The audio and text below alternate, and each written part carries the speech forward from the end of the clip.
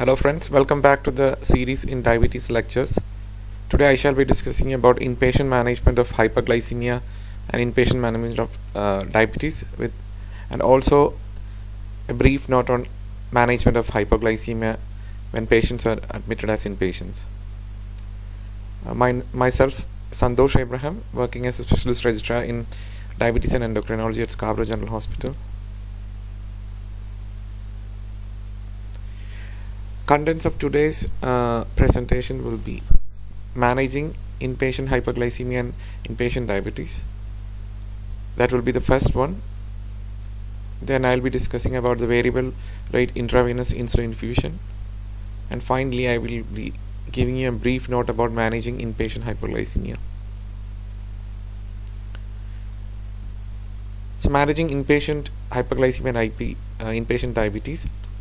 The topics will be recognition of hyperglycemia, measuring HbA1c, and definition of inpatient hyperglycemia, monitoring this hyperglycemia in non-critical care settings, glycemic targets, avoiding hypos, and the significance of intensive glucose control, management of hyperglycemia in the non-critical setting, medical nutrition therapy, and transitioning from home to hospital, disadvantages of oral hypoglycemic agents in IP settings, basal and correction insulin orders, IP regimen for insulin, how to start insulin, adjusting basal and bolus doses, type 1 diabetes unique features, patients on insulin pumps, their requirements, transition from hospital to home back,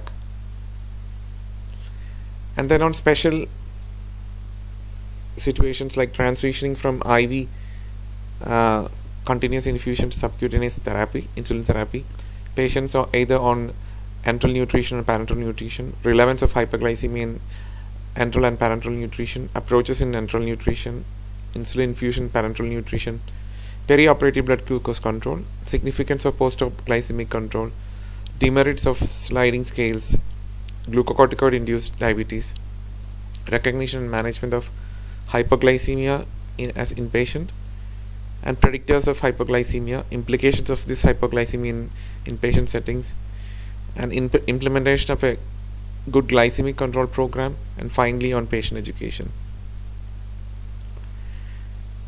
Now regarding diagnosis and recognition of hyperglycemia and diabetes in inpatient setting, you need to assess all the patients admitted to the hospital with a history of diabetes. And all patients independent of a prior diagnosis of diabetes should have a blood glucose on admission. It should be tested in the lab. And patients without a history of diabetes with blood glucose more than 7.8 or 140 milligrams per deciliter should be monitored with bedside point of care testing for at least 24 to 48 hours. And those with more than 7.8 require ongoing POC testing, will require ongoing testing with appropriate therapeutic intervention if they are with diabetes.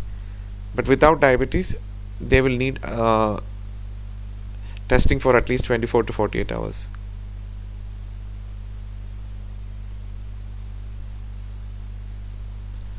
And in previously normoglycemic patients who receive therapies which will elevate their blood glucose such as corticosteroids, EN, PN, octreotide, they should be monitored by testing for at least 24 to 48 hours after initiation of these therapies. And those who have blood glucose more than 7.8 may need appropriate intervention also. So measuring HbA1c in patients. All inpatients with non-diabetes or with hypoglycemia more than 7.8 should be assessed for HbA1c if it has not been done in 2 to 3 months before. And if the HbA1c is more than 6.5, the patient is identified as having diabetes, and if it is between 5.7 and 6.4, he or she is at the risk of development of diabetes. And definition of inpatient hyperglycemia. It is defined as any glucose value above 7.8 millimole per liter, that is 140 milligram per deciliter. It occurs not only in patients with non-diabetes but also in conditions called stress hyperglycemia. How do you monitor glycemia in non-critical care setting? The best method is bedside capillary measurement. There are very accurate monitoring devices now, and they can be used in acutely ill patients as well. And the timing of glucose is very important. It matches with the patient's nutrition intake and medication regimen. So the schedules for testing are before meals and at bedtime in patients who are eating, but every 4 to 6 hours who are nil-pill oral or on enteral nutrition. What are the glycemic targets? The pre-meal glucose targets should be less than 7.8, and the post-meal and the random blood glucose should be less than 10.10. That is, the fasting should be less than 140, and the random blood glucose should be less than 180. That is the inpatient glycemic target. It could be modified according to the clinical status. For example, in patients with terminal illness, a higher target range may be reasonable, such as blood glucose less than 200 mg per deciliter. And avoiding hypothesis is very important. It should be reassessed. This anti-diabetic therapy should be reassessed when blood glucose falls below 5.6, that is below 100 mg per deciliter, and modification should be done when the blood glucose falls below 3.9, that is 70 mg per deciliter. And what is the significance of this intensive glucose control? It is associated with reduction in risk of infection. There was a increased risk for hypoglycemia in surgical wards, but there was no significant effect on death, myocardial infarction or stroke. And higher glucose ranges may be acceptable in terminal ill patients or patients with severe comorbidities. And you manage hyperglycemia in non-critical setting with medical nutrition therapy, basically. So, and with the pharmacological therapy. Medical nutrition therapy is a component of the glycemic management program for all hospitalized patients with diabetes and hyperglycemia. And meals with this consistent amount of carbohydrate at each meal are useful for titrating the dose of rapid-acting insulin. So MNT is defined as a process of nutritional assessment and individualized meal planning in consultation with a nutritional profession like a dietitian. The goals of MNT are to optimize glycemic control, to provide adequate calories at the same time, and to meet metabolic demands also. And it will help in creating a discharge plan for follow-up. So patients with inpatients, they will have changing nutrition requirements because the types of food may change, or the route of feeding may differ, and it will be further complicated by sudden discontinuation of meals when you are preparing for diagnostic studies or procedures, or in some patients the appetite may be reduced due to the underlying illness, or they might not like the food, like the food selection may not be appropriate for them, or there could be even poor coordination between insulin administration and meal delivery. Consistent carbohydrate meal planning is very helpful to facilitate glycemic control in the hospital setting. So it is based on the total amount of carbohydrate offered rather than on specific calorie content. That is very important. It's based on the total amount of calorie offered, and this forms the backbone of MNT. And most patients will receive 1,500 to 2,000 calories per day with a range of 12 to 15 carbohydrate servings.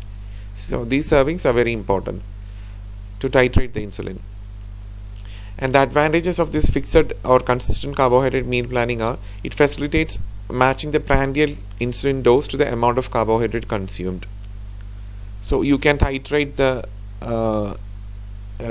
boluses according to the carbohydrates consumed, and reinforces education regarding the meal planning for many persons with diabetes. Patients will come to know how much of insulin they should take with approximately a portion of dessert, or a portion of porridge, or a portion of bread or sandwich, anything like that. So transitioning from home to hospital, when the patients are getting admitted to the hospital, insulin therapy is preferred method in already people with hyperglycemia. It is better to discontinue oral hypoglycemics in patients with type 2 diabetes and start insulin for any acute illness. And patients treated with insulin before admission should have their insulin dose modified according to the clinical status. it could be increased or decreased, and thus you can reduce the risk of hypoglycemia and hyperglycemia. And what are the disadvantages of oral hypoglycemic agents? Sulfonylureas can cause hypoglycemia, especially in old patients, and especially if the patients are having renal failure. Metformin should be discontinued in CCF if it is especially decompensated renal insufficiency and raising creatinine, hypoperfusion, or even chronic pulmonary disease, and people who are at the risk of developing renal failure and lactic acidosis. And TZDs are contraindicated in CCF, hemodynamic instability, or evidence of hepatic dysfunction.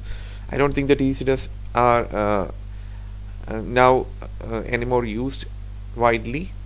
And DPP4 delay the inactivation of GLP, the endogenous GLP. So they act to primarily to reduce this postprandial glycemic changes. But these are less helpful if the patient is not eating, because the GLP-1 basically gets secreted when the patient is eating. So you need to think about all those when you are treating this patient. The oral hypoglycemic agents may not work in the hospital settings, especially when the patient cannot eat. That's why you prefer insulin and pharmacological therapy using insulin. Diabetics on insulin at home should be treated with the scheduled subcutaneous insulin regimen at the hospital also. And prolonged use of sliding scale should be avoided. Scheduled subcutaneous insulin therapy consisting of the basal and the bolus should be started. So basal will be an intermediate acting and the bolus will be a rapid or short acting. And correction insulin is very important. It should be included as a component of the scheduled insulin regimen for treatment of glucose values above the target. So these are the basal insulin orders. You first of all discontinue all the oral diabetic drugs and non-insulin injectable like GLP-1 analogs, etc. And you start insulin if the patient if the blood glucose is between 7.8 and 11.1, that is between 140 and 200, you start with 0.4 units per kilogram of body weight. And if it is more than that, like if it is between 11.2 and 22.2 or 201 to 400, you start with 0.5 units per kilogram. If the EGFR is less than 60, you go with, or if age patients above 70, you go with the slightly lower dose, like 0.2 to 0.3, almost half the dose. But otherwise, you remember 0.4 and 0.5. 0.4 in moderate hyperglycemia and 0.5 in very severe hyperglycemia. And distribute it as half as basal and half as bolus, that is nutritional insulin. And give basal once, or you can give twice, depends on the what insulin you're giving. So if you're giving glargine or Demerit, you can give once, that's more convenient, or twice, Demerit or NPH. When you want to adjust it more finely, you could use the Demerit or NPH. And you should give it at the same time each day. Usually you give the rapid acting insulin 3 equally divided doses before each meal. And if the patient cannot eat, stop it. And also adjust the insulin doses according to the results of glucose measurements. And this is how you give the correction or the rapid acting insulin. So if the patient is able and expected to eat, or he can eat, give regular or rapid acting insulin before each meal and bedtime, following the usual column. There is a column that I'll show you. If the patient is not able to eat, give regular insulin every 6 hours, like 6-12, 6-12. Okay, morning 6, evening noon, and then evening 6 and 12. Or rapid acting insulin every 4 to 6 hours, following the sensitive column. I will show you the column. And if the fasting and the pre-meal glucose are persistently above 7.8, that's above 140, in the absence of hypoglycemia, you can increase the scale of insulin from insulin sensitive to the usual, or even to the insulin resistant column. But if they develop hypoglycemia, that is if the glucose falls below 70 or less than 3.8, you can decrease the regular or rapid acting insulin from the insulin resistant to the usual column, or even to the insulin sensitive column. So this is the insulin supplement. This is how you give the correction dose. If it is insulin sensitive, this is the glucose range up to 180, between 140 and 180 you give 2, and then if it is usual dose you give 4, and if it is resistant, that is it's not still going, you give 6. So according to this chart you do the correction doses. So you should have this chart when you're treating the patients, and you should look at this chart, and then you should decide how much insulin you should increase or decrease. And if they are developing hypos, you could revert it from the resistant to usual, or from usual to sensitive also. It's very difficult to study this chart, and I don't think this chart, based on this chart, it will be asked, but you should have a rough idea of all these. That's the importance.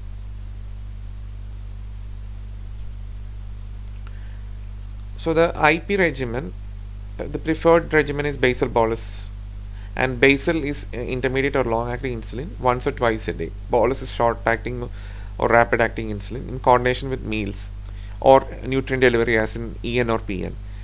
So correction insulin is supplemental dose of short or rapid acting insulin together with the usual dose of bolus insulin for blood glucose above the target range. That is, if the blood glucose go above the target range, you give the correction insulin along with the boluses, and then you calculate the total dose along with the correction insulin. So correction dose versus sliding scale.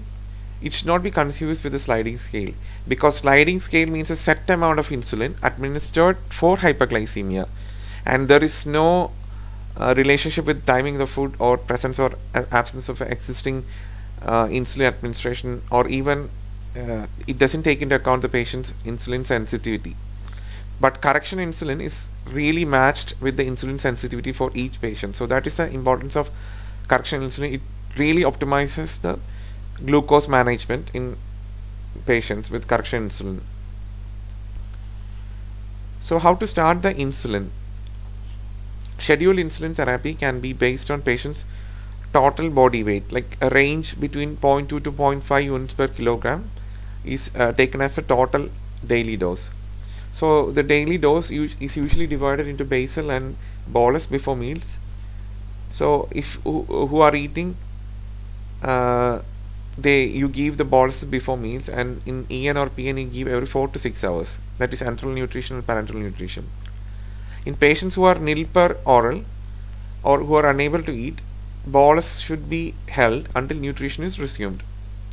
But you can give the correction dose because whenever the blood glucose go up, it will be difficult to maintain the euglycemia. So you definitely need to give the correction insulin. And the basal can be given once daily or twice daily also, especially in if it is very difficult to control the insulin between hyper and hypoglycemia, you prefer the NPH, because it could be it could be given twice and it could be fine-tuned. So how do you adjust the basal and boluses? So you finally adjust the basal and boluses based on the total dose of correction insulin which you administer in the previous 24 hours. So when the correction insulin is required before most meals, it is often the basal that can be titrated upward. It is important.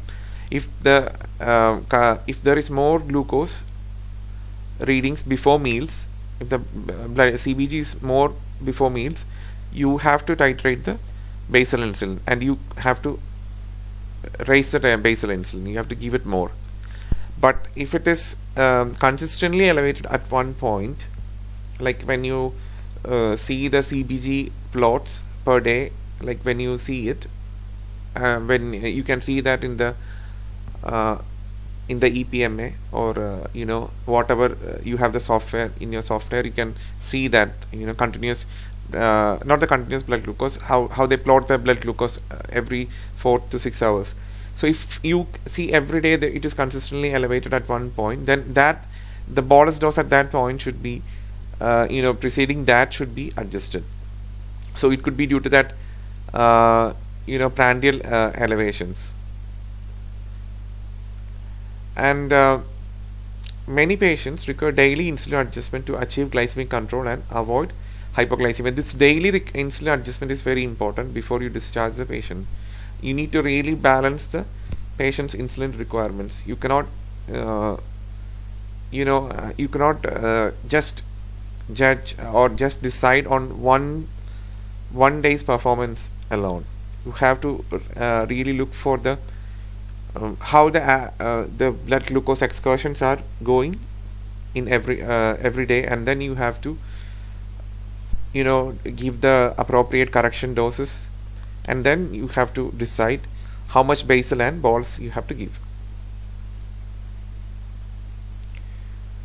So special features of type 1 diabetes: they lack endogenous insulin production, so they need to be given continuous basal insulin even when fasting, because this is to suppress gluconeogenesis and ketone production. So even if the type 1 diabetics are fasting, you need to give the basal insulin, and if you don't give it, it will lead to rapid development of severe hyperglycemia and DKA. In general, type 1 shows less insulin resistance, and then hence they require lower daily insulin dosage than type 2 diabetes. And patients on insulin pumps, they can be candidates for self-management in the hospital, provided that they can have the mental and physical capacity. And they will also need well-trained hospital personnel who has got expertise in these pumps and all. And transition from back from hospital to home. So you should reinstitute all the pre-admission medications, including insulin regimens or oral and non-insulin injectable, when the patient is being discharged, with acceptable pre-admission glycemic control. Okay, and without a contraindication. If they are contraindicated, you cannot restart it. But if they are not contraindicated, and if they have a good control, then you can restart all those things. For example, if the creatinine, if the patient was admitted on AKA and if the creatinine is not coming down, and if it is not reaching the baseline which the patient had prior to admission, it is not safe to restart the metformin because the EGFR will be low. So in that case, it's a contraindication or a relative contraindication. You have to stop it, and you have to ask the GP to restart it once the creatinine, the AKI improves or resolves.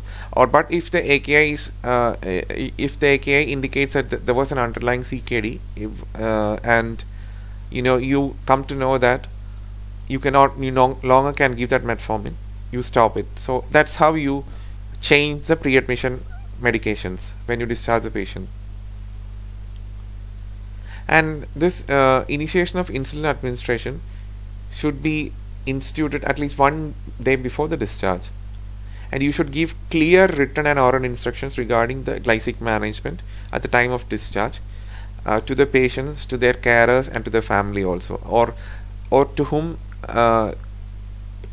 whomever who is usually helping the patient to take these injections. For example, in some patients, old patients, they may not be able to self-inject, so they might be seeking help of their kids or their relatives. So you need to educate them as well. And ensuring glycemic control at discharge and continuation of therapy is very important. So you do that with the HbA1c concentration, unless you have any you have any conditions which will make the HbA1c falsely elevated or falsely you will get a false positive or a false negative HbA1c. So unless you have that, you basically do the HbA1c.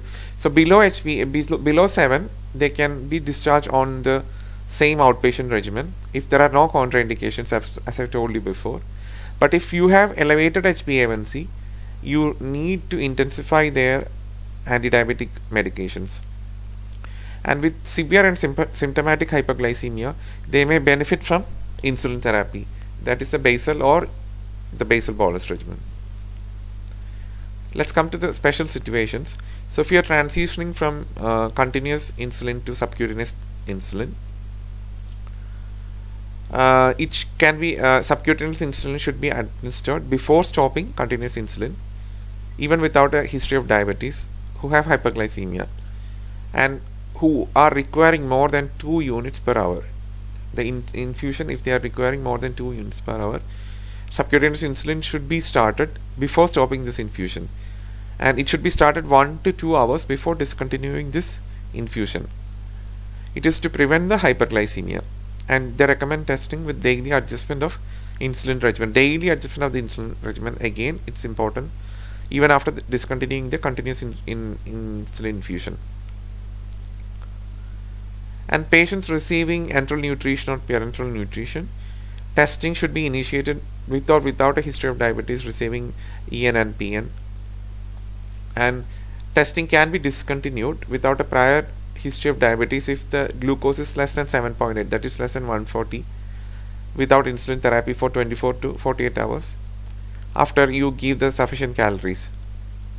And insulin therapy should be initiated without even in patients without diabetes if they have hyperglycemia, if the blood glucose is above 7.8 in enteral nutrition and parenteral nutrition, and also in patients who need more correctional doses. So what is the relevance of hyperglycemia and enteral nutrition and parenteral nutrition? It is associated with higher risk of cardiac complications, infections, sepsis, acute renal failure, and death. And PN induced, that is parenteral nutrition induced hyperglycemia, has got a poor clinical outcome. So the blood glucose more than 140 milligram per deciliter before and within 24 hours of initiation of parenteral nutrition are the predictors of inpatient complications and hospital mortality. That is, if they are elevated above 150 before the starting of parenteral nutrition or within 24 hours of the parenteral nutrition, it shows that the patient will have more complication. And if it is showing that value, you need to intervene quite early and prevent this hyperglycemia, and it might improve the clinical outcomes in such patients receiving the enteral and parenteral nutrition. So these are the approaches to insulin therapy in enteral nutrition. There are 3 types of enteral nutrition you give. One is continuous, then cycle feeding, and bolus feeding. So in continuous feeding, you give the basal bolus regimen. So basal, you give it once or twice, okay, depending on the type of long-acting insulin, with a short-acting insulin, and you give every 4 to 6 hours. If you are using Lispro or Aspart, you give every 4 hours, and for regular insulin, you give 6 hours. So every 4 to 6 hours, you do this. And if you are using a cycle feeding, you administer the basal glucose in combination with the short-acting or the rapid-acting, and you repeat the dose of rapid-acting insulin at 4-hour intervals, or short-acting insulin, that is like regular insulin, at 6 hours for the duration of this enteral nutrition. And if you are giving a bolus feeding, you give short-acting or rapid-acting before each bolus. So for bolus feeding, you give only the short-acting or rapid-acting, but for continuous and the cycle feeding, you give the basal and the boluses. For continuous, you give every 4 to 6 hours. For cycled, you give basal as if you are giving in continuous, but then you repeat the dose of rapid acting at 4 intervals, 4 hours to 6 hours in intervals for the duration of the EM. And insulin infusion in parenteral nutrition. So regular insulin infusions is both safe and effective, and subcutaneous correction is often used in addition to the insulin that is mixed with nutrition. And even with PN, you can use a separate insulin infusion, and this can also help you in the estimation of total daily dose required.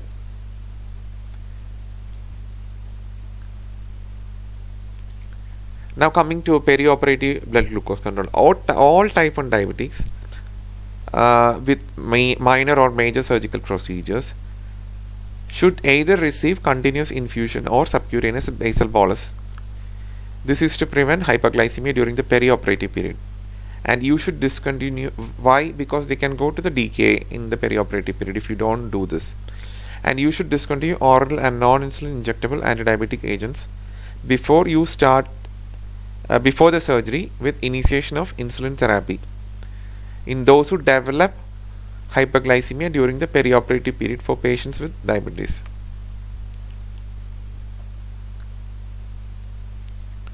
So you discontinue oral and non-insulin injectables before surgery, that is preferred, and you change to insulin. And also in those who develop hyperglycemia during the perioperative period in patients. So these are in non-patients with diabetes, you prefer this, you discontinue oral and change to insulin. But there are certain exceptions. This is according to the Endocrine Society's guidelines. And when you institute subcutaneous therapy, insulin therapy in post-surgical setting, you start basal for people who are nil per oral. Okay, on type 1 and all, you start nil per oral.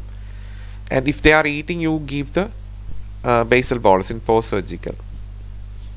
But according to the Endocrine Society, they are asking to discontinue oral and non-insulin antidiabetics before surgery and shift to insulin. That is more convenient and that is more safer. That is what they are telling.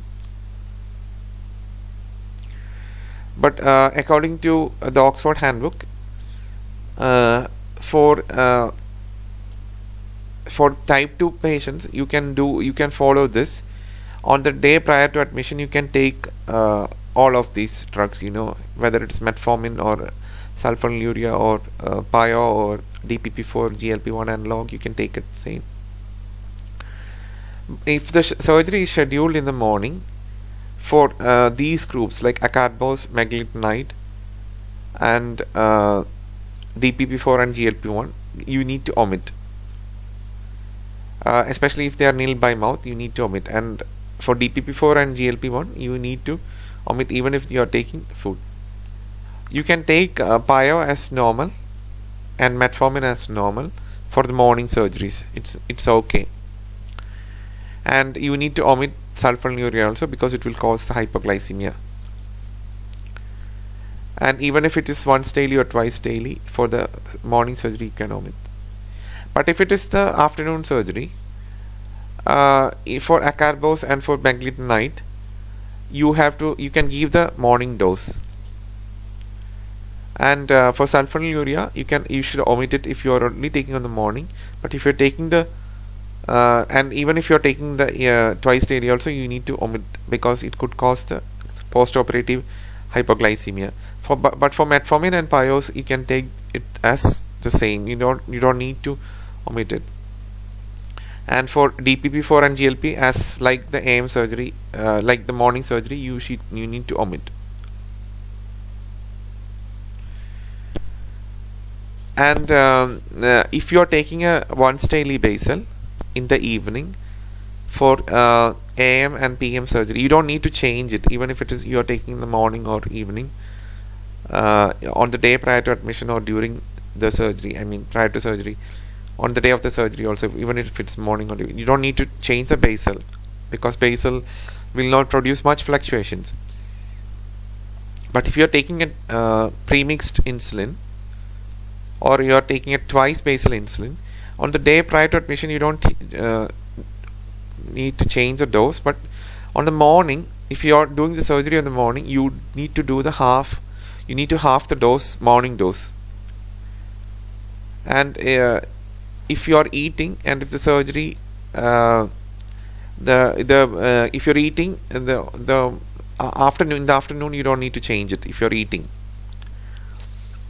And similarly, even if the surgery is in the evening also, or if it is in the afternoon, you have to half the dose of basal insulin if it is twice daily, or premixed also, you have to half it.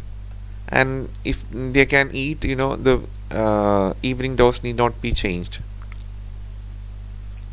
But if you are if you are mixing it, I think it's rare, but if you are mixing it, there is no dose change needed for 1 day prior to the admission.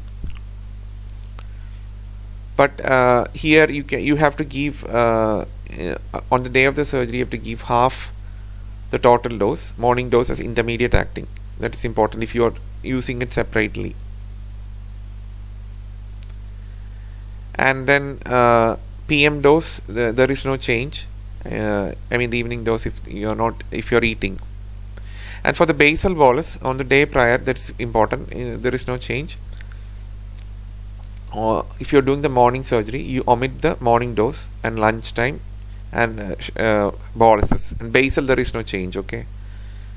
But if you're doing the evening surgery, you take the usual morning insulin dose, but omit the lunchtime bolus. So what is the significance of this post-op glycemic control? Values greater than 11.1 or more than 200 are associated with prolonged hospital stay, and they are at an increased risk of post-op complications including wound infections and arrhythmias. So a key factor for the success of any regimen focused on improving glycemia is glucose monitoring. So it allows you to detect early for any changes in this metabolic control. And all patients receiving insulin before or prior to admission, they should be given insulin during the perioperative period.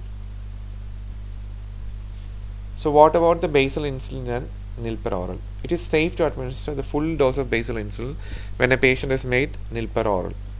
For patients with type 1 diabetes whose blood glucose is well controlled, you can do a mild reduction between 10% and 20%. For whose blood glucose is uncontrolled, you have to give the full dose of basal insulin. And what are the issues with sliding scales? Prolonged use of these is not recommended because during the post-operative period in hyperglycemic patients or even patients with diabetes, because it can give you a lot of complications, like in surgical complications like wound infection, or medical complications like pneumonia, respiratory failure, ARF and bacteremia. Now let's come to a glucocorticoid-induced diabetes, which is very interesting and which is commonly found when you have patients with COPD or people who are treated on rheumatoid arthritis or for any other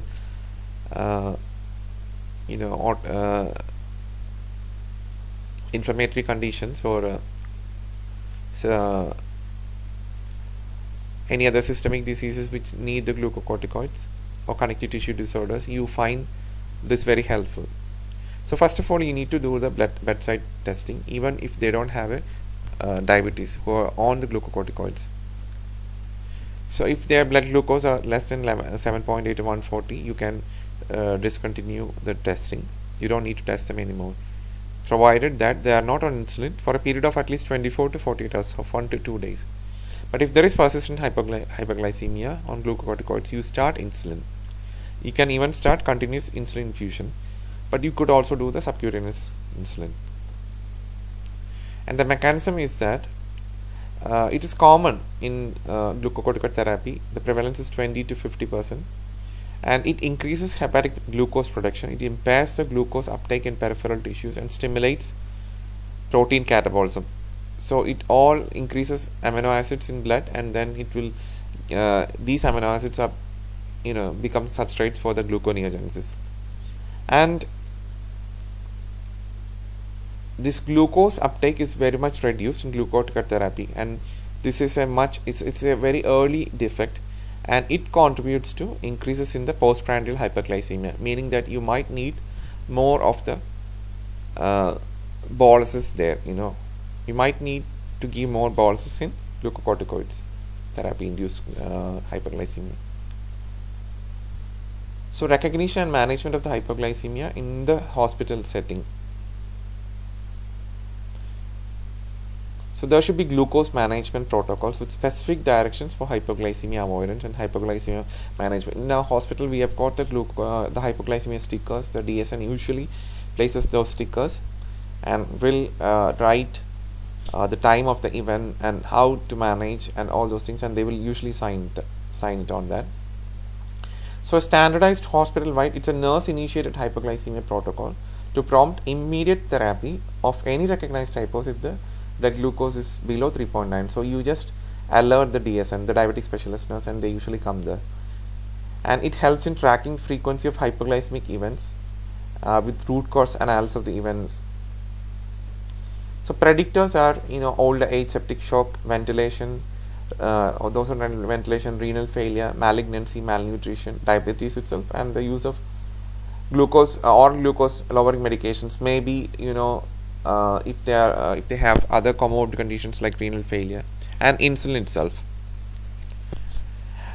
In hospital settings, the hypoglycemia is increased because there are unexpected changes in nutritional intake, because nutrition may be stopped for certain procedures, or maybe the patient doesn't want to eat food, or it is interrupted for glucose monitoring, such as transportation of the ward. So you cannot monitor the glucose, because if the patients are shifted back and forth between the wards and all, they might miss it, or there are deviations from the established glucose control protocols, and also failure to adjust therapy when glucose is trending down, or even the steroid therapy is being tapered, because when the steroid therapy is being tapered, you will have more of hyperglycemia. So implications in the IP settings, it is associated with an increased risk of mortality in hospitalized populations. So it shows a J-shaped curve for mortality, especially in acute MI and other patient groups. So reduction in the total daily dose of insulin by approximately 20% are recommended when the glucose is less than 70 mg per deciliter, or 3.9 millimole per liter. You need to think about this reduction. Okay, you don't need to give the same dose. Definitely you should reduce it. And these are the key components of a protocol for hyperglycemia. So there should be a hospital-based definition for severe hyperglycemia and hypoglycemia. There should be guidance on discontinuation of SUs and other medications at the time of hospital admission, and there should be directions for adjustment in insulin dose, and also and also glucose containing fluids if there is a sudden change in nutrition intake. And there should be specific instructions for recognition of hypoglycemia, and there should be a standardized form for documentation and reporting of hypoglycemic events, including the severity, it's very important, and causes, what treatment was provided, and whether the doctor was alerted, and what was the outcome of that.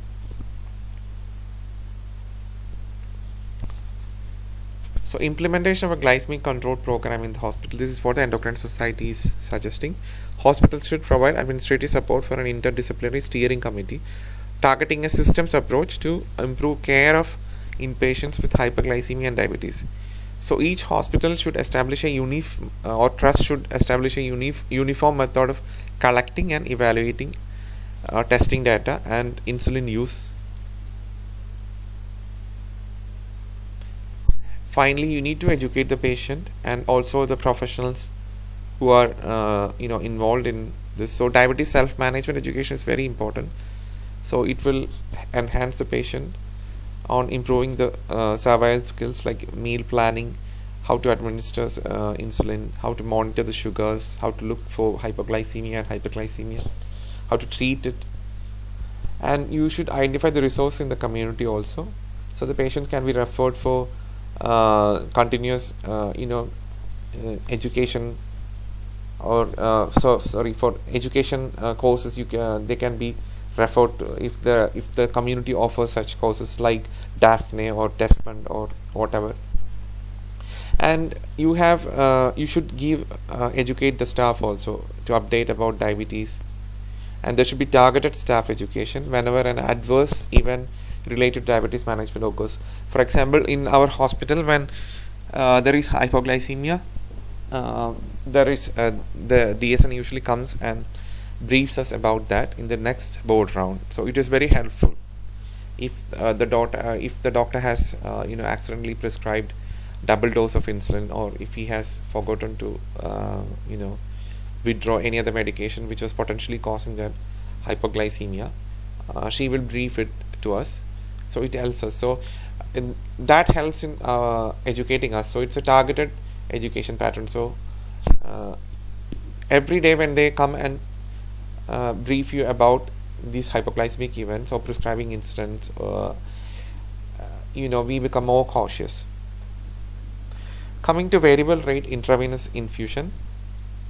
So the topics today which we will cover will be definition, what is the evidence, indications, advantages and disadvantages, risks, scales for insulin infusion, and the frequency of capillary blood glucose monitoring, monitoring for blood ketones, reviewing patients, what are the recommended fluids, and how to do a safe step down, and other anti-diabetic treatments, and how to manage hypoglycemia while on VRI. So the definition of a VRI is variable rate according to the regular capillary blood glucose measurements with the aim of controlling serum glucose levels within a specified range. Evidence for initiating is that hyperglycemia in patients is associated with worse outcomes even if the patient doesn't have diabetes. And the consensus is that you need to start IV insulin if the blood glucose is greater than 10, and the target blood glucose is the range is agreed is on an agreed range between 6 to 10. So this will avoid both hyperglycemia and hyperglycemia. So classification of hyperglycemia in acutely unwell patients, it falls into 3 categories: in patients with non-diabetes, in newly diagnosed patients, and in hospital-related hyperglycemia, is also known as stress hyperglycemia. Here, even if the FBS or the RBS is more, it reverts back to normal after discharge. So these are the indications of VRI. So hyperglycemia in patients with non-diabetes or hospital-related hyperglycemia but who are unable to take oral fluid or food, and for whom adjustment of their own insulin regimen is not possible. These are the 2 things which will decide to start the which will help us to start which usually decides so as to start the VRI. So these are the main factors if they are unable to take oral fluid and they cannot adjust their own insulin regimen. So examples are vomiting, you need to exclude DKA, nil by mouth, and they cannot take more than 1 meal, they will miss it, and severe illness, example sepsis, and special circumstances like ACS or TPN, steroid use, and pregnancy where there is increased insulin requirements. So merits are target driven glucose control for specified indications and avoidance of metabolic decompensation. Disadvantages: frequent monitoring, difficult to manage if the patient is eating, it's very complicated then, and if the target blood glucose is not achieved, again it requires review of prescription for the rate of insulin infusion, and it may prolong the length of stay if used inappropriately. And what are the potential risks? Hyper and hypoglycemia because of the insulin infusion rate variation. There could be rebound hyperglycemia and possible ketoacidosis if intravenous access is lost or VRI is stopped immediately. There could be fluid overload, there could be hypokalemia or hyponatremia due to increased fluid, or there could be even infection to the IV line. So this is the suggested scale for insulin infusion. It is based on the CBG. This is the standard rate, and this is the reduced rate for patients in insulin sensitive patients, and this is for them in insulin resistant patients. So if the CBG is less than 4, you stop it, actually you don't give anything. But then if it is between 4 and 8, you give 1 ml per hour, you run it, and if it is between 8 and 12, it is 2, and if it is between 12 and 6, it's 4 ml per hour. So you titrate it according to the CBG. And CBG monitoring should be checked hourly. It minimizes uncontrolled hyperglycemia or hypoglycemia. So the target between 6 to 10. 4 to 12 is acceptable in certain situations, but you remember always 6 to 10. And consider insulin scale adjustment if the CBG is not to target within 6 hours, okay, of starting this VRI. And if the levels are persistently more than 10 or less than 6, you need to review the rate. What if it is out of target, and if it is more than 12 and it's not falling on 2 or more occasions, you increase the insulin infusion rate to the next scale. Like if you are in the normal scale, you could go to the resistant, or if you are in the sensitive, you could go to the normal. And if the patient is already on the increased rate, you can prescribe a customized insulin infusion rate and seek advice from the diabetes team as soon as possible. So you should consult with the diabetes specialist nurse and they can advise you. But if the CBG is too tight, like it is between 4 and 6, you can reduce the insulin infusion rate. And if the reduced rate is already is used, you could increase the substrate to 10% glucose. So the fluid of replacement, it could be replaced with 10% glucose because you don't want to have an hypoglycemia. So you can also prescribe a customized insulin infusion rate, and then you need to alert the diabetic specialist nurse, because a VRI may not be needed at all sometimes, so you could stop it. And how to maintain safety: hourly monitoring, regular review of the infusion rate, at least daily review of the need for VRI, whether it is needed or not, and at least daily clinical review of patient, including fluid status, whether the patient is fluid overloaded, daily urine electrolytes for hyperkalemia and hyponatremia. So caution: in patients with ACS or stroke who have worse outcomes if hyperglycemic, do not allow the CBG to drop below less than 6 millimole, because that can make their ACS or stroke really worse. So measurement of ketones in, what are the indications? In type 1, if they are unwell or who develop persistent hyperglycemia, that is two readings more than 12 millimole, at least 1 hour apart, then they should have a ketone measurement, and then appropriate action should be taken. In type 2, if they are presenting with acute illness, but if they are not acutely unwell, don't do the ketone testing in type 2. So you basically do it in type 1 when there are two readings more than 12, at least 1 hour apart, and if they are unwell, and in type 2 when they are really sick, you do it. So these are the actions which you need to take if depending on the blood ketones. If they are less than 0.6, there is no action. If they are between 6 to 1.4, in the next 2 hours you do one more ketone.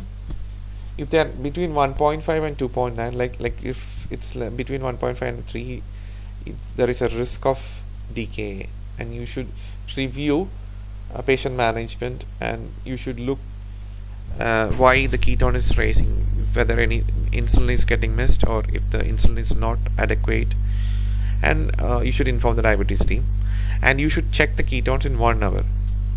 And if more than 3, you do a VBG to look for the bicarb and the pH, and you can change to DKA guidelines if required, and inform the diabetes.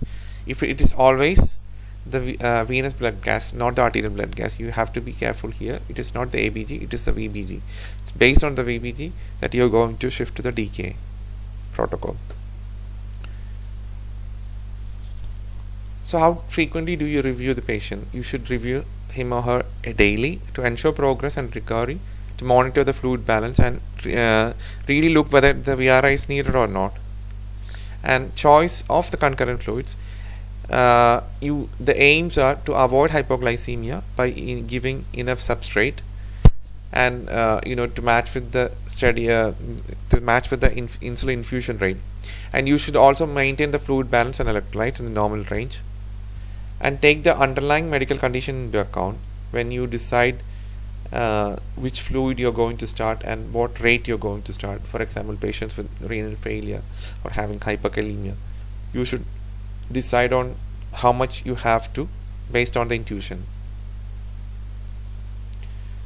And fluid status: if they are vomiting, pyrexial or dehydrated, they will need additional fluid, so you can give 0.9%. that is a normal saline you can give 0.9% NaCl. This can be run along with the glucose infusion on the side.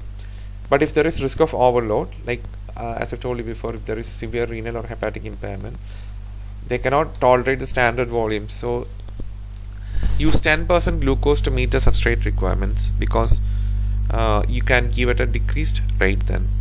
And fluids containing normal saline should be avoided. And frail elderly patients are also at particular risk of fluid overload, so the recommended infusion rate is 25 to 30 ml per kilogram, and approximately 2 liters in a day. That's the maximum. So recommended fluid is 0.4 that is half normal saline with 5% glucose, and 0.15% KCl you give it at 20 millimole per liter, or 0.3% KCl you give it 40 millimole per liter. It depends on the level of potassium. You can also see these alternatives like 5% D with 20 millimole or 40 millimole KCl. If you don't get this half normal saline with 5% D, you can give 5% D alone, or you can even give 0.18% normal saline with 4% D and with 0.15% KCl or 0.3% KCl depending on the potassium. So these are the alternatives. But whenever possible, you try to give the half normal saline with 5% D and with the right KCl. So this is how you recommend the fluids. So if there is no fluid overload, the first choice, as I told you, is like half normal saline with 5% D with 0.3% KCl at 125 ml per hour if the potassium is between this range. And you give the second choice is, if you don't have this combination, you give the 5% D and aim to keep the potassium between 4 to 5. If it is less than 3.5, senior review plus extra potassium, and if it is more than 5.5, you should reassess the potassium regularly. And risk of fluid overload, now you have to consider whether VRI is essential and whether you can change it to a subcutaneous insulin, and use decreased fluid rate like 83 ml per hour for faint and elderly, and consider 10% glucose as substrate, as I've already told you. So you can reduce again the rate to 42 ml per hour. And if hypoglycemia occurs, reduce VRI to insulin sensitive regimen. So do not infuse insulin without substrate unless in the HD or ITU setting. So you shouldn't give insulin alone without the glucose. What happens if you have hyponatremia? Again, check if you have VRI, whether VRI is needed, whether you can convert to sub-Q insulin regimen, and if available, you can start with the normal saline with 5% glucose, or you can add normal saline, and you can change the infusion rate to on this infusion rate 40 ml per hour. You can run it along the side with side to side with the glucose infusion. You can run along with that. And in the renal or hepatic failure, you should use the insulin sensitive VRI scale, and also you should do a cross consultation with nephro or hepatology team regarding fluid management. So management of diabetes medications during VRI. You should withhold usual diabetes treatment during the VRI. So they'll be on the oral or injectable hypoglycemic drug. So you need to withdraw. The only exception is basal insulin. So the long-acting analog or the isophane, you shouldn't withhold. You should continue the basal long-acting analogs or isophane insulin patients usually taking multiple daily injections or basal bolus. And this will continuing this basal insulin will help control blood glucose during the VRI and will also avoid rebound hyperglycemia once it is stopped. So these are the principles of a safe step down. Patients should have recovered from the precipitating illness or condition and should be eating and drinking reliably, and the blood glucose targets should be achieved on the VRI. Now if they are treated on the insulin, background insulin should be continued. And if it has not been continued, or the patient is insulin naive, a background insulin either with a mixed insulin or as a part of the basal bolus regime must be given before you stop the VRI. It should be only discontinued 30 minutes after the subcutaneous insulin has been given. So it is usually done at a meal time after short-acting insulin or mixed insulin has been given. And avoid stopping this at bedtime because less staff is available. And for insulin naive patients, the insulin dose can be calculated on a weight basis, you already know, or by calculating the insulin requirement or the last few hours on the VRRI. There is also another calculation tool for calculating how much TDD based on the VRRI. You can calculate the TDD in the last 6 hours, how much insulin the patient was given through the VRI. Based on that, you can calculate the total dose requirement. Actually, there is a calculation in the appendix 2. You can see in the JBDS guidelines. It's given. It's a very good calculation. It's very useful, especially in insulin naive patients. It's more sensitive. It's more sensible, I think. And if the blood glucose rises after VRI is discontinued, you cannot start the infusion. You have to call the diabetes. For non-insulin treated patients, give normal treatment prior to discontinuing the VRI, and consult the diabetes team. And treatment of hypoglycemia, it is defined as less than 4 millimole. You stop the VRI, and it should not be stopped for more than 20 minutes. You should aim to restart it once the glucose is above 4 and the patient has recovered, and step down to the next scale when the VRI is restarted. And if recurrent hypoglycemia occurs on the reduced rate, either downgrade the scale or you can use 10% glucose as infusion fluid. This is how you treat the hypoglycemia in patient who is nil by mouth. You give a 75 to 100 ml 20% D or 15 minutes. A 100 ml preparation is also now available. So if you have an infusion pump, you use this. But if it is not, you can give by the ordinary route, and you need to do the CBG. If it is less than 4, again repeat this.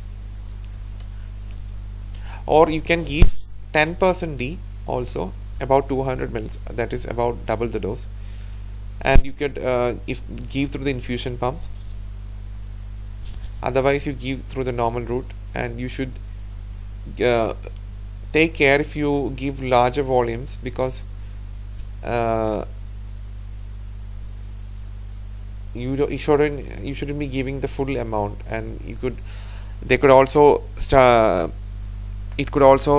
result in electrolyte imbalances as well. And then you do the CBG, and if it is still less than 4, again repeat. Now let's talk about the management of inpatient hypoglycemia. Now there are 3 groups here. One is a patient who is conscious and who is able to swallow. The second group is a patient who is conscious but is confused or agitated or not oriented, but he can swallow. And the third is the patient who is not conscious, especially on seizures, and they cannot swallow. So management in the first group, who are conscious, orientated and able to swallow, you give 15 to 20 grams of quick acting carbohydrate. So you can give all of these, either 5 to 7 dextrosol tablets or 4 to 5 glucotabs. Then you give or you can give 90 to approximately 100 ml of the leukocyte, or you can give 150 ml coke, or 5 jelly babies, or 10 jelly beans, or 3 to 4 heaped teaspoons of sugar dissolved in water, or at least 150 to 200 ml pure fruit juice. And once the glucose is above 4, you give 15 gram long acting carbohydrate, like 2 biscuits, 1 slice of bread, 200 to 300 ml milk, and normal meal. And do not omit the insulin injection if due. You can review the dose. And if the blood glucose still remains less than 4 after 45 minutes on 3 cycles, you can give 1 milligram glucagon. It may be less effective on patients who are on SU, or you can give 10% glucose infusion at 100 ml per hour. In any case, you need to do the CBGs every 10 to 15 minutes. So if it is low, you have to repeat these steps again 1 to 3 times, and if still it's low, you need to give the IM glucagon or the 10% glucose. And once it's stable, you need to give this, the 2 biscuits, 1 slice of bread, 200 to 300 ml glass of milk, or normal meal. Now who are conscious but who are able to swallow but who are aggressive, you could follow the algorithm. Like you could give approximately 2 tubes of glucogel squeezed into the mouth between the teeth and gums, or if they cannot, you give glucagon IM and monitor glucose every 15 minutes. If less than 4, repeats 1 and 2, again up to 3 times you repeat it. But if the blood glucose remains less than 4 after 45 minutes, you give 10% D at 100 ml per hour. Once it's above 4 and the patient has recovered, you give a long-acting carbohydrate like 2 biscuits or 1 slice of bread or 200 to 300 ml of milk or normal meal. And do not omit insulin injection. And if the patient is unconscious or nil by mouth or cannot take solid food, you assess the patient. The patient has an insulin infusion, stop it. Give glucagon 1 milligram IM, or if IV access, give 75 ml of 20% glucose or 150 ml of 10% glucose over 12 to 15 minutes. Again do the CBG. If the blood glucose is less than 4, repeat. Once it's above 4, give a long-acting carbohydrate, as I have told you before. Do not omit the insulin injection. If the dose is due, you can review the dose. And if the patient was on IV insulin, you need to check the blood glucose every 30 minutes until it is above 3.5, and you can restart the IV insulin. Thank you.